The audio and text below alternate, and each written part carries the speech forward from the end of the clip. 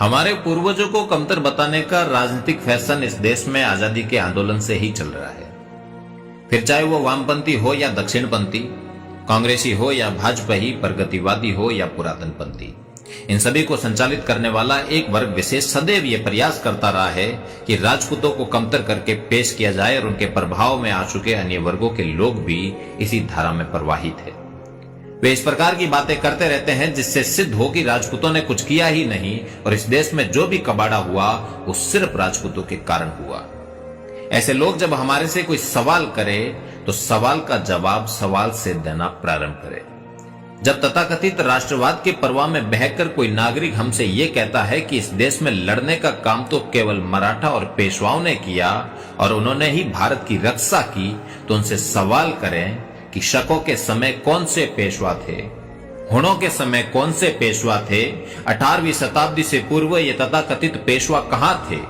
शिवाजी महाराज और संभाजी महाराज की वीरता को नमन करते हुए उनसे पूछे कि उनके बाद पनपे पेशवाओं का चरित्र क्या था।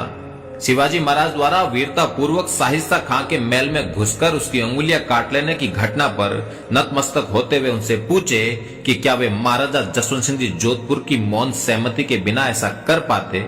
उनसे यह भी पूछे कि महाराजा जय सिंह जी यदि शिवाजी महाराज की सहायता नहीं करते तो जिस मराठा गौरव के नाम पर वे पेशवाओं की श्रेष्ठता सिद्ध कर अपनी स्वयं की प्रधानता वाली राष्ट्रवाद की फैक्ट्री चला रहे हैं, उसके नायक कहां से मिलते। उनसे ये भी पूछे कि आखिर किन कारणों से औरंगजेब के परिवार में फूट डालकर उसके पुत्र अकबर को साथ लेकर औरंगजेब को परास्त करने की दुर्गादास जी की ये योजना परवान क्यों नहीं चढ़ पाई। उनसे ये भी पूछे कि आखिर किन षड्यंत्रों के कारण शिवाजी महाराज द्वारा स्थापित मराठा साम्राज्य छिन्न भिन्न हो गया और केवल 2 पीढ़ियों तक ही वो प्रभावित रह पाया।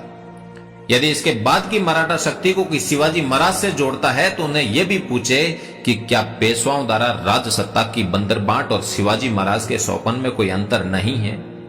यदि राजस्थान का कोई नागरिक अहमद शाह अब्दाली के खिलाफ पेशवाओं के युद्ध का जिक्र कर हमें कमतर सिद्ध करने वाला सवाल पूछता है तो इनसे यह भी पूछे कि आखिर क्या कारण थे कि उन पेशवाओं पर विश्वास कर कोई उनके साथ खड़ा नहीं हुआ। उनसे यह भी पूछे कि राजस्थान के राजाओं को मजबूरन अंग्रेजों से क्यों संधि करनी पड़ी। उनसे पूछे कि मेवाड़ में श्रीनाथ जी के मंदिर को किसने लूटा था। उनसे यह भी पूछे कि मेड़ता में अप्पाजी सिंधिया की छतरी क्यों बनी हुई है। उनसे पूछे कि राजस्थान में काली सेना किसे कहा जाता था और क्यों कहा जाता था। उनसे पूछे कि जयपुर के महाराजा को आत्महत्या क्यों करनी पड़ी। उनसे यह भी पूछे कि मेवाड़ की राजकुमारी कृष्ण कुमारी को क्यों आत्म बलिदान देना पड़ा। ऐसे ही अनेक सवाल है जिनके सामने उनका हमारे विरोध में पनपा वो राष्ट्रवाद निरुत्तर हो जाएगा, क्योंकि दुष्प्रचार की एक सीमा होती है, वो सत्य के सामने ठहर नहीं पाता। प्रकाश की अनुपस्थिति ही अंधकार है और अंधकार से प्रकाश का पता पूछेंगे तो वो मुंह छिपाएगा। जब कोई हमारे से पूछे कि हमने मुसलमानों से संघर्ष नहीं किया तो उनसे कुछ ऐसे उदाहरण पूछे जिसमें ऐसा हुआ हो जिसमें हम बिना संघर्ष के पीछे हट गए हो।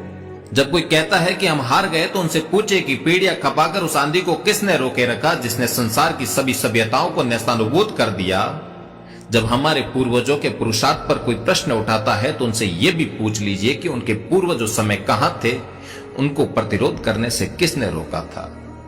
क्यों वे किसी आतताई को लगान देने के लिए बिना प्रतिरोध के तैयार हो गए। उनको हमारे उन पूर्वजों के साथ खड़ा रहने के लिए उन्हें किसने रोका था।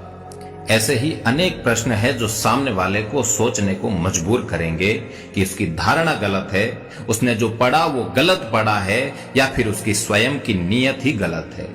लेकिन इसका अर्थ ये भी नहीं है कि हमारे पूर्वजों से भूल नहीं हुई। हर कर्मशील व्यक्ति से भूल होती है और वो हमारे पुरुषार्थी पूर्वजों से भी हुई होगी, लेकिन वो कोई भी भूल हमारे लिए हीन भावना का कारण नहीं हो, बल्कि प्रेरणा बने हमारे लिए, सीख बने हमारे लिए और ये समझ में आए हमारे और हमारे से प्रश्न करने वाले को कि जो कुछ करता है उससे ही भूल होती है और ऐसी सभी भूलें नुक्ताचीनी करने के लिए नहीं होती बल्कि सीख लेने के लिए होती है। लेकिन जो कर्तव्य है उनके किसी भी विश्लेषण के कारण, उनके किसी भी आरोप के कारण हमें रक्षात्मक नहीं होना, क्योंकि उनका तो लक्ष्य ही यही है कि हम रक्षात्मक होकर पीछे खिसक जाएं और वे हमें पीछे धकेलकर आगे बढ़ जाएं।